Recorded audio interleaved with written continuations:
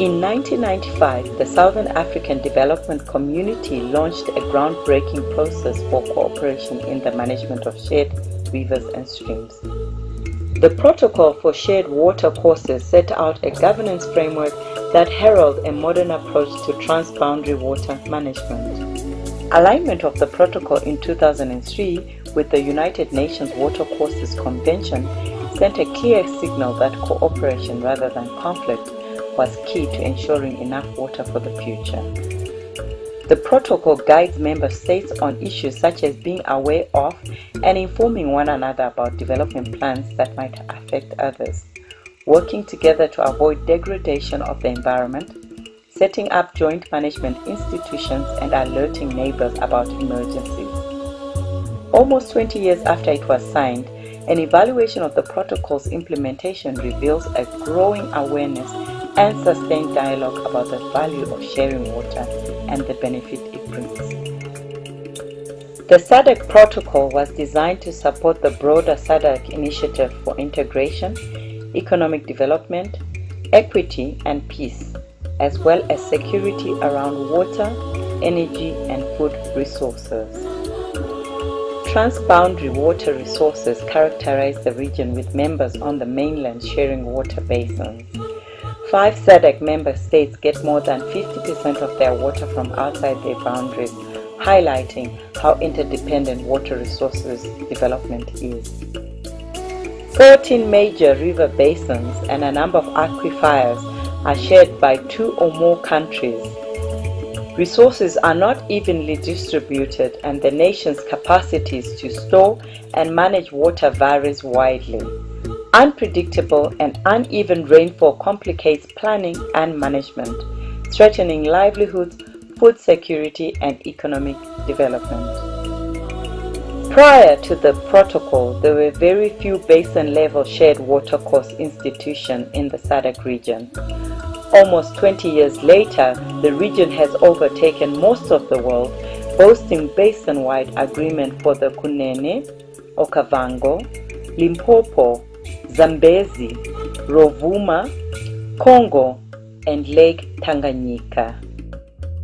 The protocol has helped SADC lay the foundation for integrated water resources management, development, and infrastructure, in the process creating the necessary policy instruments and institutions. 11 river basins now have strategies, plans, or studies. These institutions are working to complement existing studies with more comprehensive management plans for basins undergoing rapid development and likely to approach stress in the next decade. This process can take time because it requires approval and financial support from each national government. Regional legal frameworks such as the protocol take into account the inherent physical, economic, and political diversity in the region. The SADC Secretariat is instrumental in ratification, domestication, and implementation of the protocol at the member state level to pave the way for harmonization and alignment of national laws. The protocol has helped build and instill a cooperative spirit and environment on transboundary water resources development and management. Shared watercourse institutions set up under the protocol engage policymakers and water practitioners in analyzing problems and participating in cross-border learning. The protocol has supported development of skills needed to manage the scarce transboundary water resources well into the future. However, with increasing pressures on water comes the need for greater capacity for research and management. A crowning achievement of the protocol is that member states now see groundwater as a whole rather than focusing on separate agreements and institutions for shared aquifers. This is important because groundwater use in one basin can affect surface water in another. The protocol have fostered the belief that issues, differences, or even conflicts can be managed through cooperation. With flooding topping the list of emergencies in the SADC region, plans are now evolving for advanced warning systems and other information support made possible by new technology. The protocol also mandates member states to protect and preserve land and water ecosystems and to manage pollution, environmental degradation, and invasive species. Maintaining the flow of enough water to sustain vital natural processes is a key element of this work. The protocol has gained global recognition and has enabled mobilization of funds from international cooperating partners who see value in associating themselves with the program.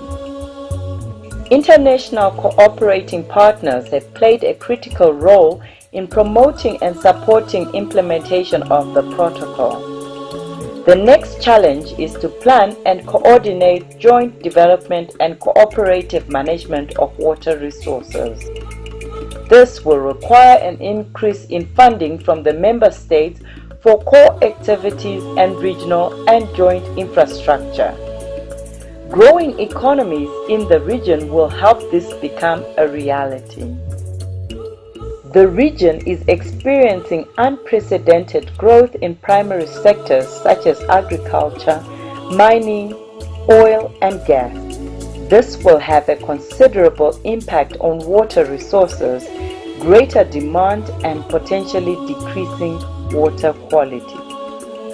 Climate change also has profound implications for water management. It is predicted that rainfall and river flows will change quite noticeably, creating new challenges for transboundary water management. The protocol is well placed to help facilitate adaptation measures. As good neighbors, we share the benefits from waters that cross national borders. This reflects an age-old tradition of sharing, a feature of the social and cultural heritage of Southern Africa. Through the SADC Protocol on Shared Water Courses, we are managing our water future together. This slideshow is based on the findings of an evaluation of the implementation of the SADC Protocol on Shared Water Courses completed in 2014. The evaluation makes a series of recommendations for the continued strengthening of the protocol. You can find out more at